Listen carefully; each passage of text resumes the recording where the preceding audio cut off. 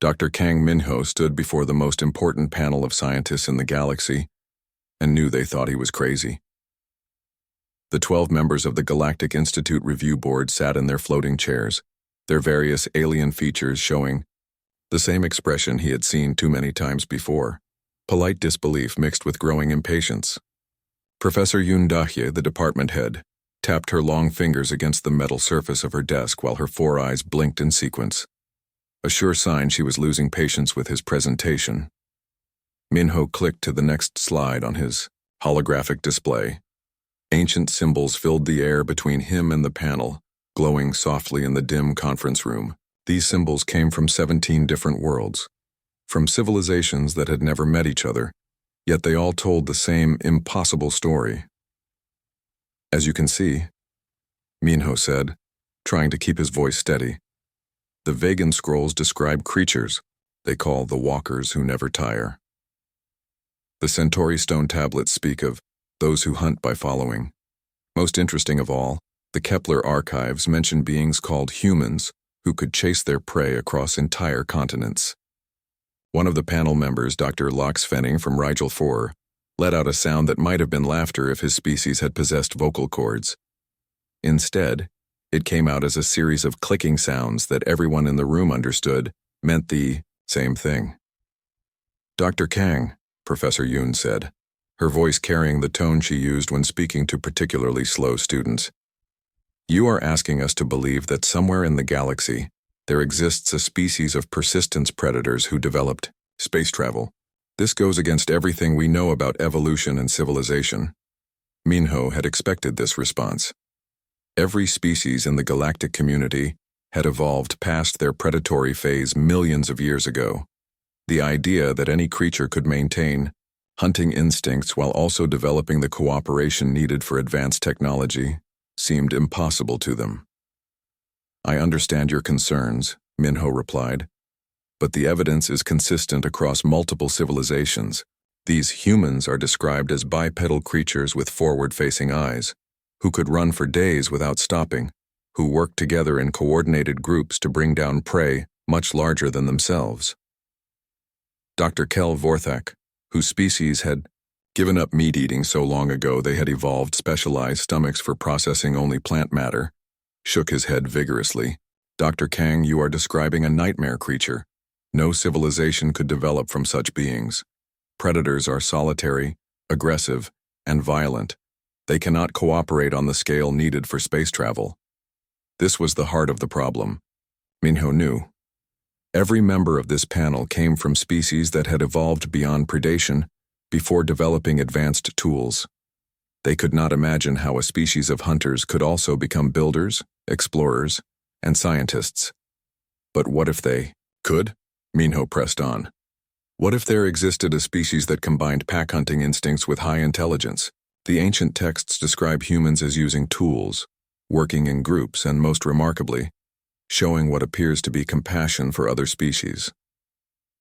The room fell silent, except for the soft humming of the environmental systems. Minho could see that he was losing them. Research assistant Bei Ji-wan, who sat in the observers section, gave him an encouraging nod, but even her young face showed doubt. Professor Yoon cleared her throat, a sound that echoed strangely in the large chamber. Dr. Kang, I have reviewed your research proposal and your collected evidence. While I admire your dedication to xenoarchaeology, I must point out that you are chasing myths and legends. These humans you describe are clearly the product of primitive imagination, stories told by early civilizations to explain natural phenomena they did not understand. But Professor, Minho said, desperation creeping into his voice, 17 different civilizations spread across thousands of light years, all describing the same basic creature? The mathematical probability of this being coincidence is irrelevant, Dr. Vorthak interrupted, because you are starting with a false premise. You assume these descriptions refer to a real species when the obvious explanation is that all civilizations go through a phase where they create myths about ultimate predators. It is a common psychological development pattern. Minho felt his carefully prepared arguments crumbling. He had spent 3 years collecting this evidence, traveling to distant worlds, studying ancient languages, and piecing together fragments of information that all pointed to the same conclusion. Somewhere in the galaxy there had once existed a species unlike any other. The funding committee, Professor Yoon continued, has reviewed your request for additional resources to pursue this research. Given the lack of credible evidence for the existence of these humans, we cannot justify the expense of mounting an expedition to search for them.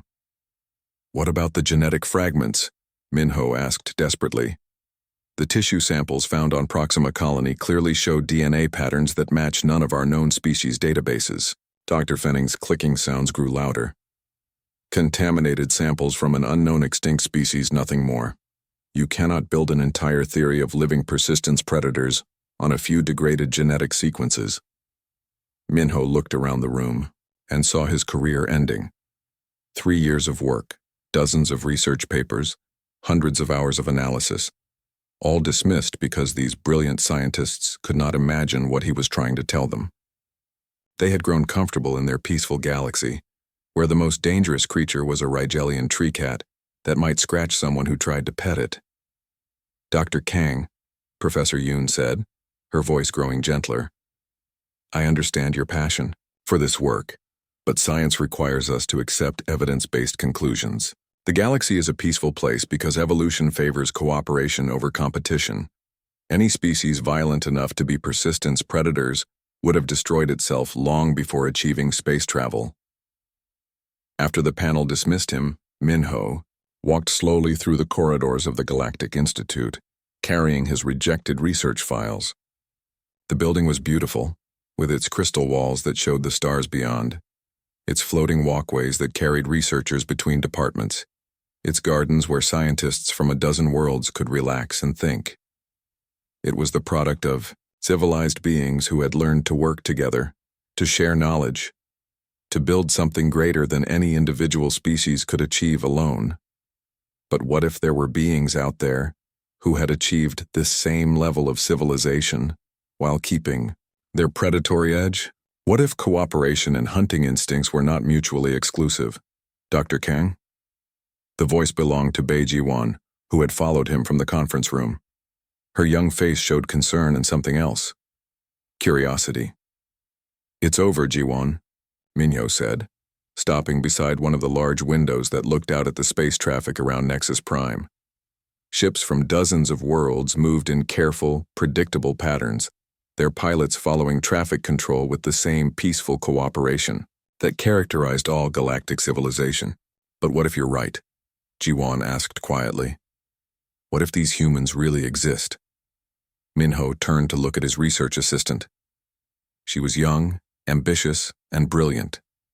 She had also been the only person to take his research seriously, spending her own time helping him analyze the ancient texts and genetic samples. Even if I'm right, Minho said, it doesn't matter now. Without funding, without institutional support, I can't continue the research. Jiwan was quiet for a long moment, watching the peaceful space traffic. Then she spoke, her voice barely above a whisper. I've been running my own analysis of the genetic samples, she said.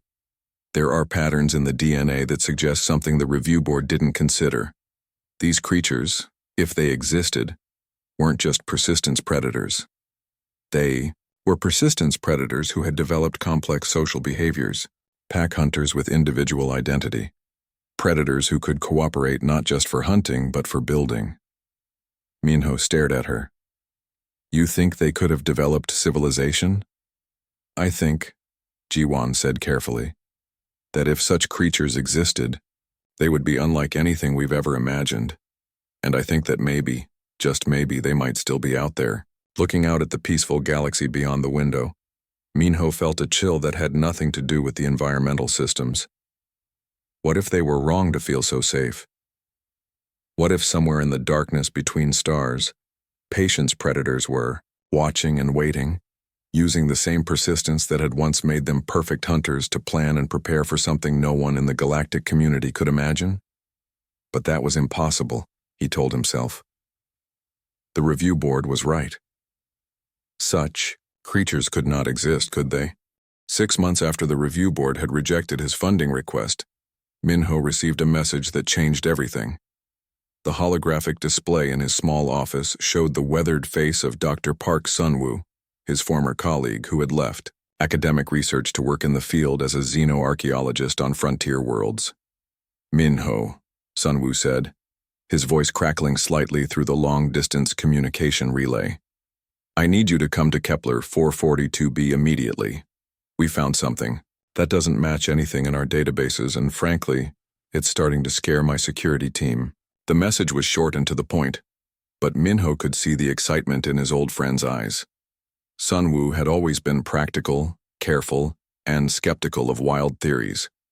If he was excited enough to call across half the galaxy, then whatever they had found was genuinely unusual. 3 weeks later, Min-ho stood on the surface of Kepler 442b, watching excavation robots carefully remove layers of sediment from what appeared to be a crash site. The dig was small by galactic standards, just 12 researchers and a security team led by Captain Lee Hyejin, but the equipment was top quality. Sun-woo had funding from the Colonial Development Authority, which meant they could afford the best tools for analyzing whatever they found. "It came down hard," Sun-woo explained, leading Min-ho toward the excavation site. "Initial scans suggested it was just another piece of space debris. But when we started digging, we realized the metal composition doesn't match any known alloys in our databases." Min-ho followed his colleague down into the dig site where the partially uncovered remains of what was clearly a spacecraft lay buried in the red soil of the frontier world. The craft was small, perhaps designed for a crew of 6 to 8 beings, and its shape was unlike anything he had seen before. Where galactic ships were generally smooth and curved, designed for maximum efficiency and comfort, this vessel had angular surfaces and what looked like armor plating. "How old?" Min-ho asked, running his scanner over the exposed hull sections. "That's the strange part," Sun-woo replied. "Carbon dating suggests it crashed here about 200 years ago, but the technology is more advanced than anything we have. Now, look at this." Sun-woo led him to where technician Oh Kyung-hwan was carefully extracting components from what appeared to be the ship's engine compartment. Kyung-hwan looked up as they approached, his face showing a mixture of excitement and confusion that Min-ho had learned to associate with discoveries that challenged established scientific understanding. "Dr. Kang," Kyung-hwan said, "I've been analyzing the power systems, and I don't understand how they work. The energy output ratios suggest technology at least 50 years ahead of our current capabilities, but the manufacturing techniques show tool marks that indicate manual assembly rather than automated production." This was interesting. Galactic civilization had moved to fully automated manufacturing centuries ago. Manual assembly was considered primitive, inefficient, and unreliable. Yet here was evidence of beings who had achieved advanced technology while still building things by hand. "Have you found any remains?" Min-ho asked, though he suspected he already knew the answer. Sun-woo nodded grimly. "That's why I called you. Hyejin thinks we should stop the excavation and report this to the military immediately." Captain Lee Hyejin appeared as if summoned by her name. She was a practical woman with the kind of steady competence that made her good at keeping research teams safe on frontier worlds. But Min-ho could see tension in her posture that suggested she was dealing with something outside her normal experience. "Dr. Kang," she said, "I've read your research on persistence predator myths. I think you need to see what we found in the crew compartment." The crew compartment had been sealed when the ship crashed, which meant the contents were perfectly preserved. Min-ho followed Hyejin through the narrow opening the excavation team had cut in the hull, and immediately understood why she was nervous. The beings who had crewed this vessel were clearly not from any known galactic species. They were bipedal, roughly the same size as most galactic races, but their skeletal structure was different in ways that made Min-ho's scientific training clash with his instinctive fear response. "Forward-facing eyes," he whispered, examining the skull of what appeared to be the pilot. "Pronounced canine teeth, muscle attachment points that suggest incredible physical strength." But it was more than just physical characteristics that made these remains disturbing. The crew had been wearing what could only be described as armor, but it was clearly designed for flexibility and movement rather than protection from environmental hazards.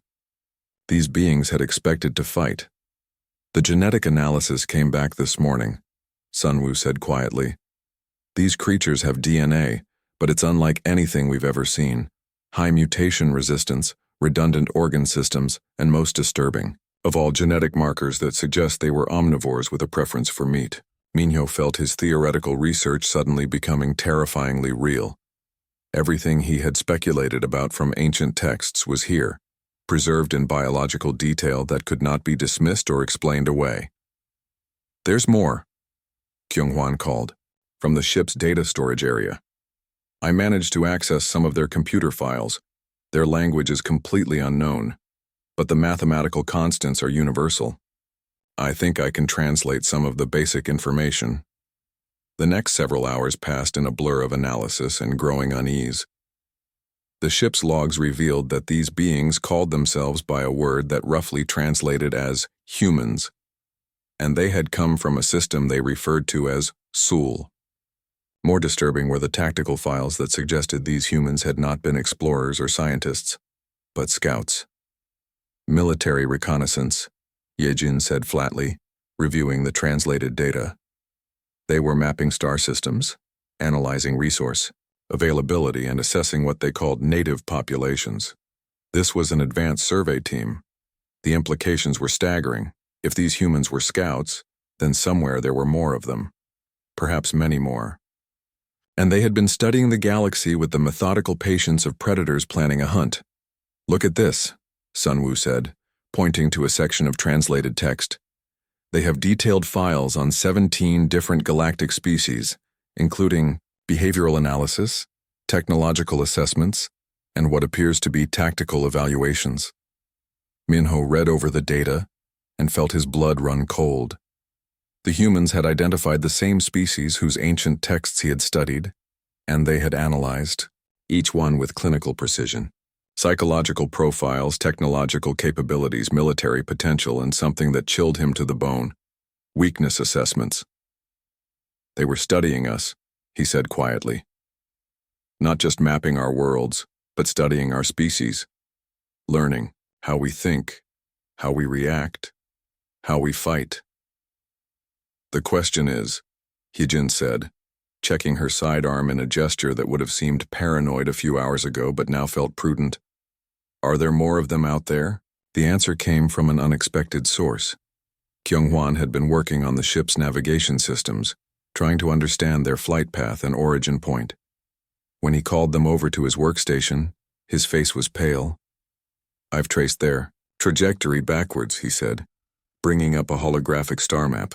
"They came from this system about 47 light-years from here. But that's not the scary part. The star map showed dozens of trajectory lines radiating out from a single point of origin, like spokes on a wheel. Each line represented a different path, a different direction of travel. They didn't send just one scout ship," Kyung-hwan continued. "Based on the navigation data, they sent scout teams in every direction, systematic exploration of the entire galaxy." The silence that followed. This revelation was broken only by the soft humming of the excavation equipment. Minho stared at the star map and realized that everything he had theorized about humans was not only true, but worse than he had imagined. They were not just persistence predators who had developed civilization. They were persistence predators who had developed civilization, and then used those same predatory instincts to systematically scout and analyze potential prey on a galactic scale. "We need to report this immediately," Hyejin said, but her voice lacked conviction. "The Galactic Council needs to know that there's a species of armed scouts mapping our territories." "Will they believe us?" Sunwoo asked. "Remember what happened when Minho presented his research on human myths?" Minho looked around at the evidence surrounding them. The advanced but hand-built technology, the remains of beings designed by evolution to be perfect hunters, the detailed intelligence files on galactic species, and most disturbing of all, the navigation data showing a systematic scouting operation that had been going on for at least 2 centuries. "They'll have to believe us now," he said. "This isn't mythology anymore. This is evidence of an active threat that's been studying us longer than any of our current governments have existed." As the team began carefully documenting everything for their report to the Galactic Council, Minho couldn't shake the feeling that they were missing something important. The human scout ship had crashed here 200 years ago, But what about all the other scout ships? What about the ones that had completed their missions and returned home? Somewhere out there in the darkness between stars, persistence predators with advanced technology and detailed knowledge of galactic. The emergency expedition to the Sol system launched 3 months after the discovery on Kepler 442b. Minho found himself aboard the research vessel Peaceful Endeavor, along with the most advanced scientific and military team the Galactic Council could assemble on short notice. Commander Nam Tae-hyung, a decorated officer from the Galactic Defense Force, led the mission with the kind of calm professionalism that made everyone feel safer, even though they were traveling toward what might be the home system of the most dangerous species the galaxy had ever encountered. Dr. Choi Myung, the expedition's xenobiologist and expert on predator species, spent most of the journey reviewing every piece of data they had collected about humans. Her specialty was understanding how predatory behavior influenced social development, and she had been studying the human remains and technology with growing fascination and horror. Their bone density is remarkable, she told Minho as they sat in the ship's observation lounge, watching the stars streak past through the transparent aluminum windows. These creatures were built for endurance and strength in ways that our species can barely comprehend. Look at these muscle attachment points on the leg bones. They could literally run for days without stopping. Navigator Sim Woo-jin, who had been plotting their course to the Sol system based on the coordinates found in the human scout ship, looked up from his star charts. What I don't understand is how they developed space travel at all. Every simulation I run suggests that persistence predators should be too aggressive and territorial to cooperate on the scale needed for advanced technology. This was the question that had been bothering everyone since the discovery. How could creatures designed by evolution to be solitary hunters work together to build starships and navigate between worlds? Maybe they're not solitary, Myung suggested. The remains we found were from a crew of 6. That suggests pack behavior, coordination, shared objectives.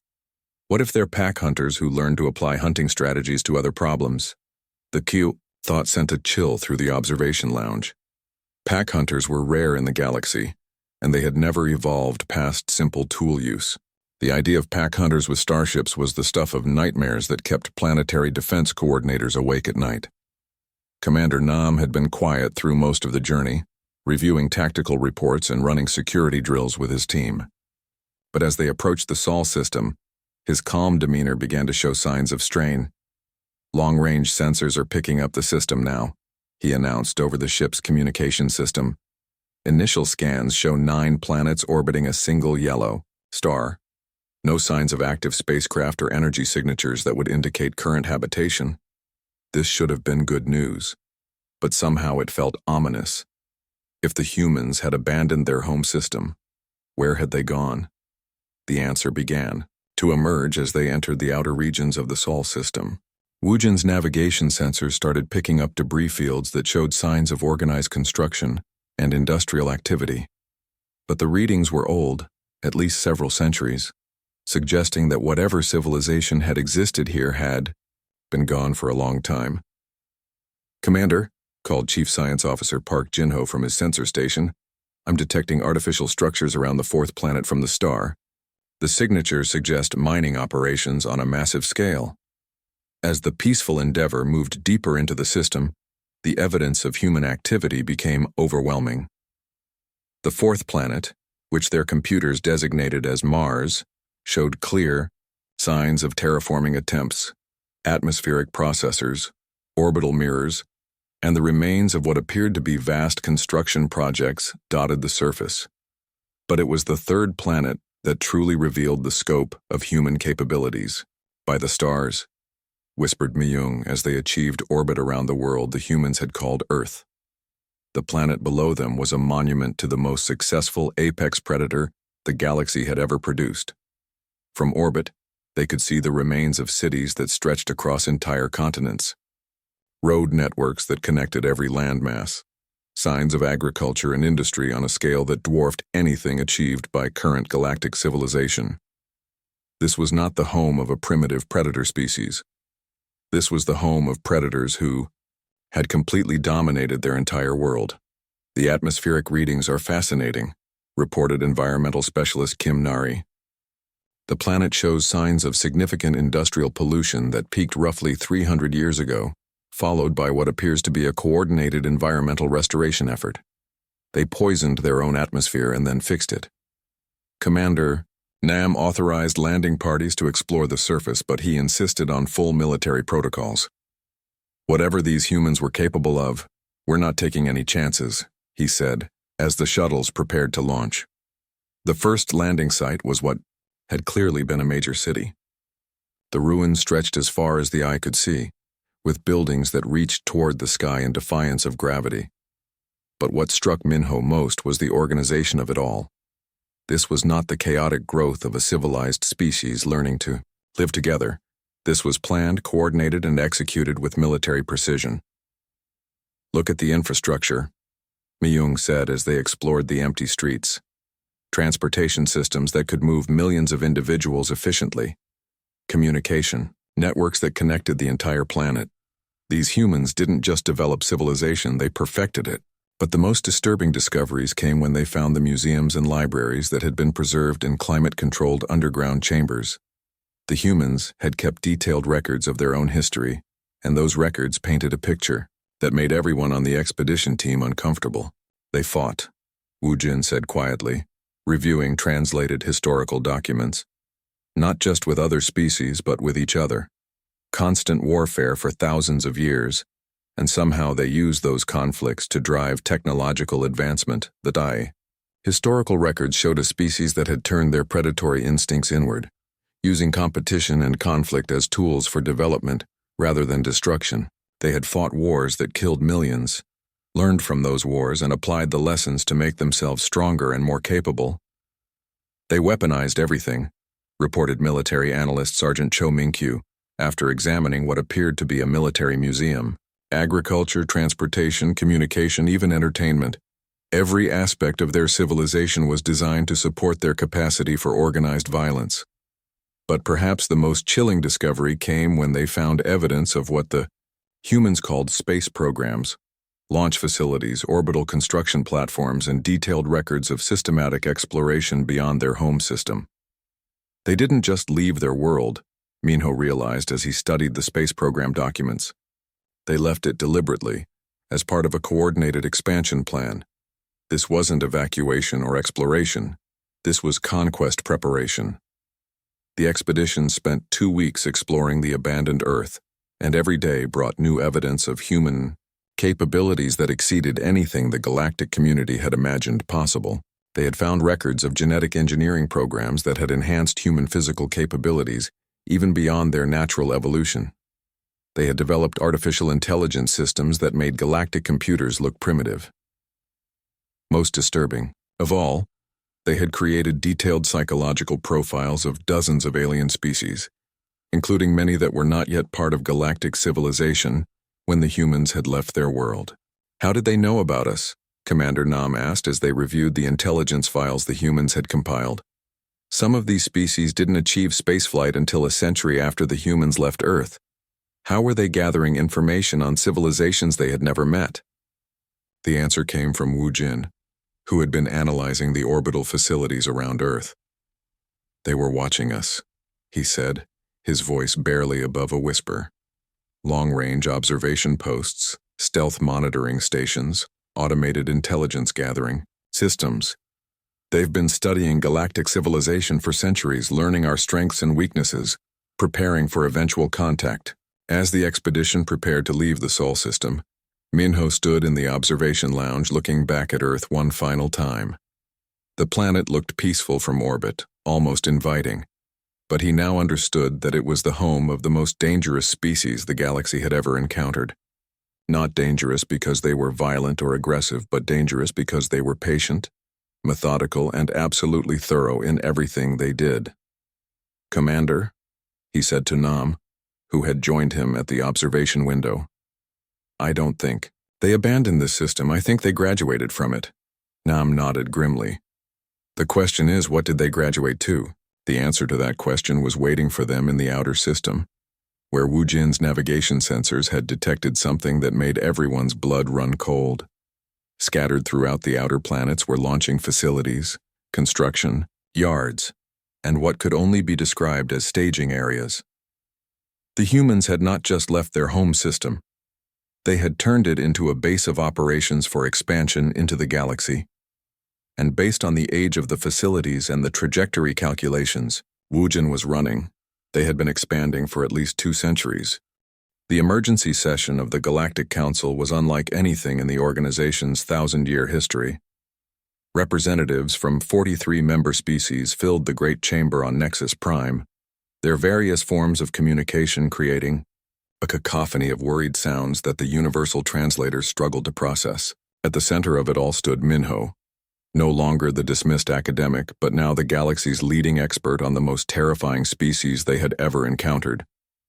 Ambassador Quan Jamin, the Council's specialist in first contact protocols, had spent 3 sleepless days reviewing the evidence from the Sol System expedition. His usual optimism about peaceful diplomatic solutions had been shaken by the detailed intelligence files the humans had compiled on galactic species, but he still believed that rational beings could be reasoned with, regardless of their evolutionary background.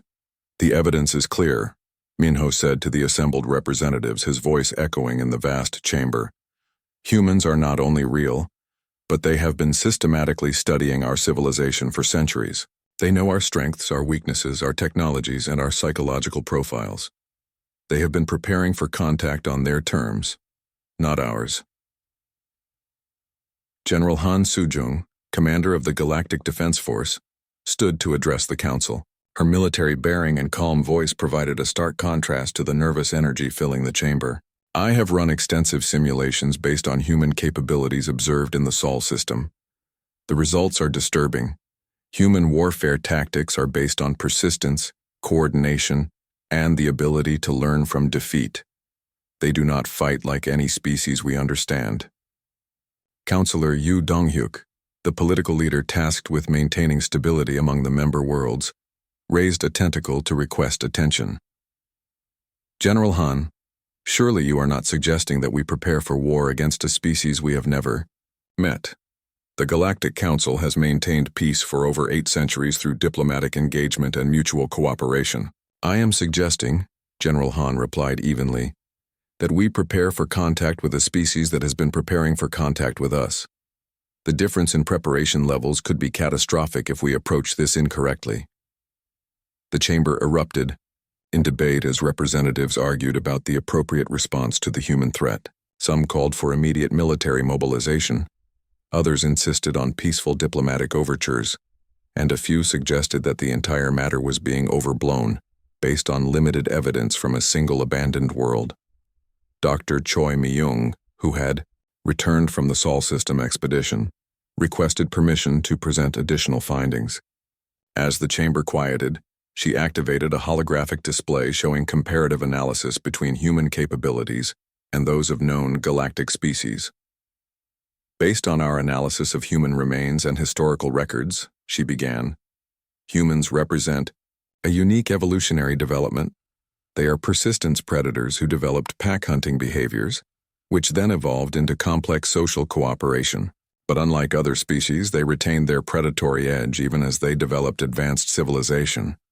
The holographic display showed human physical capabilities compared to galactic norms.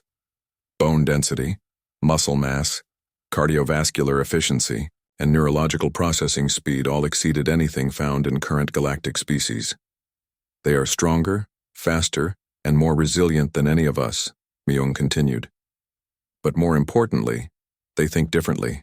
Their decision-making processes are based on predator psychology, patience, strategic planning, and the ability to wait for optimal opportunities. They do not rush into situations. They observe, analyze, and prepare." Ambassador Jamin stood to address the council. Dr. Choi raises important points about human capabilities, but we must remember that intelligence and civilization are universal values. If humans develop space travel and complex society, they must be capable of reason and negotiation. We should prepare diplomatic protocols for peaceful first contact. "What if they do not want peaceful contact?" asked Representative Vex Lorthani from the Rigel system. What if they view us as prey rather than potential partners? This question hung in the chamber like a toxic cloud. Every species represented in the council had evolved beyond predation, through cooperation and mutual benefit. The idea of dealing with persistent predators who might view them as food was outside their psychological framework. General Han activated her own display, showing military assessments based on human technology found in the Sol system. Human military doctrine appears to be based on what they call combined arms warfare. They coordinate multiple types of forces, adapt quickly to changing situations, and learn from every engagement. Our simulations suggest that in direct conflict, human forces would have significant advantages in tactical flexibility and strategic patience. The debate continued for hours as representatives struggled to comprehend the implications of human contact. Some argued for preemptive strikes against human expansion, others insisted on preparing defensive positions, and a few maintained that diplomatic engagement was the only acceptable approach.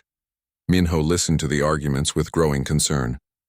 The council was approaching the human problem from their own perspective, applying their own psychological frameworks to beings who operated on completely different principles. "May I suggest," he said, during a brief lull in the debate, "that we are thinking about this incorrectly. We are trying to understand humans by comparing them to ourselves. But humans are not like us. They are apex predators who learn to cooperate without giving up their predatory nature." The chamber fell silent as representatives considered this perspective. "What does that mean for contact?" asked Counselor Yu. "It means," Minho replied, "that they will approach contact as predators approach prey. They will have studied us thoroughly, identified our weaknesses, and developed strategies for dealing with us that we cannot anticipate, because we do not think like predators." This sobering assessment prompted Counselor Yu to call for a recess, while the council leadership met in emergency session. During the break, reports began arriving from deep space monitoring stations that changed everything. Commander of Deep Space Surveillance Lee Do-yun appeared via holographic transmission, his face showing barely controlled panic. "Council members, we have detected multiple spacecraft of unknown design approaching 17 different systems simultaneously.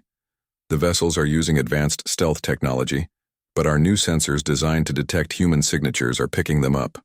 The council chamber erupted in chaos as representatives realized that the theoretical human threat had suddenly become immediate reality. "Are they military vessels?" General Han asked. "Unknown," Commander Lee replied. "They are too far out for detailed analysis, but their approach patterns suggest coordination and planning. They are not exploring randomly. They are approaching specific targets." Ambassador Jamin called for emergency diplomatic protocols. "We must attempt communication immediately. If these are human vessels, we need to establish peaceful contact before any misunderstandings lead to conflict. What if communication reveals our positions and capabilities to beings who have been planning to hunt us?" General Han countered. "What if peaceful contact is exactly what they want us to attempt?" The question highlighted the impossible situation the galaxy faced. Traditional diplomatic approaches assumed that all parties wanted peaceful resolution. But if humans were persistence predators who had been studying galactic civilization for centuries, they might be using diplomatic contact as another tool for achieving their objectives. Counselor Yu made the decision that would define the galaxy's response to humanity. "We will prepare for both possibilities," he announced. "Ambassador Jamin will develop peaceful contact protocols. General Han will prepare defensive measures for all threatened systems, and we will hope that our first meeting with humans does not become our last." As the council session ended and representatives returned to their homeworlds to prepare for human contact, Minho remained in the chamber with his small team of researchers. The evidence they had collected painted a picture of beings who were patient, methodical, and absolutely thorough in everything they did. "They've been watching us for centuries," Research Assistant Bei Jiwan said quietly. "They know everything about us, and we know almost nothing about them except that they're designed to be perfect hunters." "Not just hunters," Minho corrected. "Pack hunters with advanced technology and centuries of preparation. The worst part is that we're responding exactly the way they probably predicted we would respond." Dr. Myung nodded grimly. "Panic, confusion, divided opinion, and desperate attempts to apply our own psychological frameworks to beings who operate on completely different principles. As reports continued to arrive from deep space stations confirming human vessels approaching multiple systems, Minho realized that the galaxy was about to face its greatest challenge. Not because humans were violent or aggressive, but because they were competent, patient, and had been preparing for this moment much longer than anyone in the galactic community had been preparing to meet them. The nightmare was no longer approaching. It had arrived, and it was being conducted with the methodical precision that characterized everything humans did. First contact did not happen the way anyone in the galactic community had expected. Instead of a single dramatic encounter or a carefully planned diplomatic meeting, humans simply appeared in the skies above 12 major worlds simultaneously, their ships broadcasting the same message in perfect translations of each world's primary language. Greetings. We are humans from the Sol system. We come in peace and wish to establish diplomatic relations with the Galactic Council. We will wait in orbit for your response. Minho was on Nexus Prime when the human fleet arrived, and he watched from the Council Chamber's observation deck as 12 sleek vessels took positions around the planet. The ships were beautiful in a way that made his scientist's heart race, and his survival instincts scream warnings. They were clearly designed by beings who understood both aesthetics and warfare, with smooth lines that suggested speed and grace, combined with the unmistakable presence of weapon systems. Captain Kim Ji-won's face appeared on communication screens throughout the galaxy as he introduced himself as the leader of humanity's first contact delegation. He was tall and lean, with the kind of quiet confidence that predators possessed when they were completely sure of their abilities. His smile was genuine and warm, and somehow that made him more terrifying than any show of aggression would have been.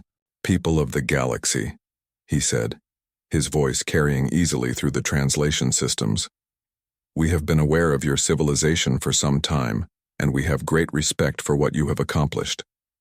We hope that our two communities can work together for mutual benefit and shared prosperity." The words were perfect, diplomatic, and exactly what the Galactic Council wanted to hear. But Minho noticed details that others missed. The way Ji-hwan's eyes constantly scanned his surroundings even while speaking, the unconscious way he positioned himself to have clear sightlines in multiple directions, and most disturbing of all, the casual mention that humans had been aware of galactic civilization. Dr. Song Aryam, humanities xenobiologist and cultural specialist, presented detailed analyses of galactic species that demonstrated just how thoroughly humans had studied their potential partners. She knew political structures, cultural taboos, economic systems, and psychological profiles, with an accuracy that would have been impressive in a galactic citizen, but was terrifying coming from someone whose species had supposedly been isolated in the Sol system. "We have great admiration for the peaceful cooperation that characterizes galactic civilization," Aryam said during her presentation to the hastily assembled diplomatic committee. "Your ability to resolve conflicts through discussion and compromise rather than violence represents an evolutionary achievement that we deeply respect." Ambassador Jamin, who was leading the galactic diplomatic response, seemed both relieved and confused by the humans' peaceful approach. "Dr. Song, your knowledge of our various cultures is remarkable. How were you able to learn so much about us before making contact?" Aryam's smile was patient and understanding, like a teacher explaining something obvious to a slow student. "We are naturally curious about our neighbors. Over the years, we have observed your public broadcasts, studied your trade routes, and analyzed your technological development. We wanted to understand you before introducing ourselves." The casual admission that humans had been conducting surveillance on galactic civilization for decades sent chills through everyone who understood the implications. But somehow, Aryam made it sound reasonable, even considerate. Admiral Lim Sung-ho, the human military representative, was perhaps the most disturbing member of the delegation. He spoke softly, moved with economical precision, and radiated the kind of controlled competence that made it clear he could handle any situation that might arise. When General Han asked about human military capabilities, his response was both reassuring and terrifying. "We prefer peaceful solutions to all conflicts," Sung-ho said calmly.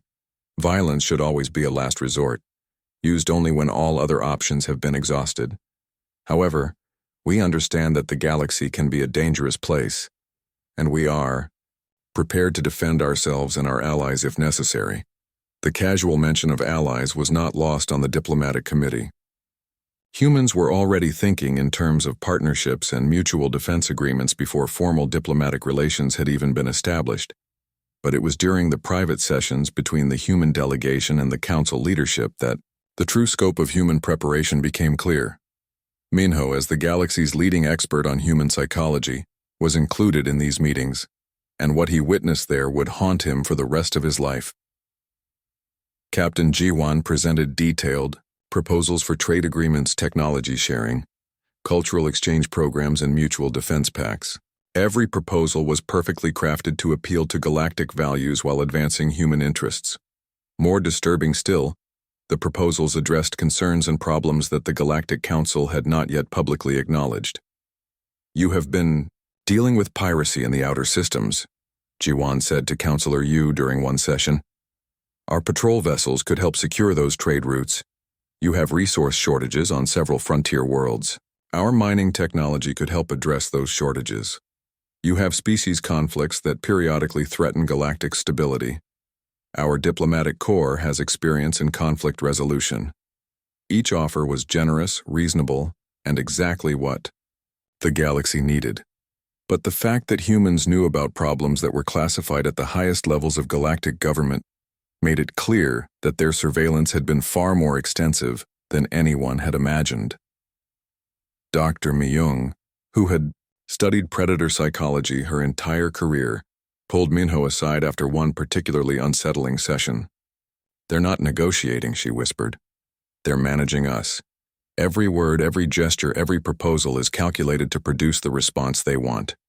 They've studied us so thoroughly that they can predict our reactions and guide our decisions." Minho nodded grimly. "They approached diplomacy the same way they approached hunting: patient observation, careful analysis, and precise execution of a plan designed to achieve their objectives." The most disturbing moment came when Research Assistant Bai Jiwan asked Captain Jiwan directly about human expansion into galactic space. "How many human settlements are there beyond the Sol system?" she asked during a cultural exchange session. Jiwan's smile never wavered, but something in his eyes suggested that he had been expecting this question. "We have established communities in several systems over the past few centuries. Nothing large or aggressive, just small groups of families looking for new opportunities. We have been careful not to interfere with existing civilizations or claim systems that were already inhabited." The answer was diplomatic and reassuring, but it confirmed what everyone had suspected. Humans had been quietly expanding throughout the galaxy for generations, establishing themselves in positions where they could observe and influence galactic affairs without being detected. As the formal diplomatic negotiations continued over the following weeks, a pattern emerged that made Minho increasingly uncomfortable. Every human proposal was accepted by the Galactic Council. Every concern raised by galactic representatives was addressed with perfect solutions. Every potential conflict was resolved in ways that satisfied everyone involved. The humans were too good at this, too prepared, too perfect. "It's like they've already won," General Han confided to Minho after a particularly successful negotiation session. "Every discussion ends with us agreeing to something that benefits them while making us feel like we're getting what we want." The realization hit Minho like a physical blow. The humans had not come to negotiate. They had come to formalize an outcome that had already been decided through centuries of preparation and positioning. "They're not conquerors," he told the emergency session of Xenoanthropologists that had been convened to analyze human behavior. "They're managers. They've been managing galactic civilization for decades, guiding our development, influencing our decisions, preparing us for the moment when they would reveal themselves." Dr. Song Ariam confirmed this assessment during her final presentation to the Galactic Council. "We believe that humanity and galactic civilization can benefit greatly from formal cooperation," she said. "We have technologies that can help you, resources you need, and security capabilities that can protect shared interests. In return, we ask only for recognition as legitimate members of the galactic community." The terms were generous beyond belief. Humans offered advanced technology, protection from external threats, help with internal problems, and solutions to challenges that had plagued galactic civilization for centuries. All they wanted in return was formal membership in the galactic community. It was the perfect deal, which made it absolutely terrifying. As the Galactic Council voted unanimously to accept humanity's membership application, Mino stood in the observation deck watching human ships take their places in the orbital traffic patterns around Nexus Prime. They moved with the same patient precision that characterized everything humans did, fitting seamlessly into existing systems as if they had always belonged there. "We've been adopted," he said to Captain Jiwan, who had joined him at the observation window. Jiwan's smile was genuinely warm.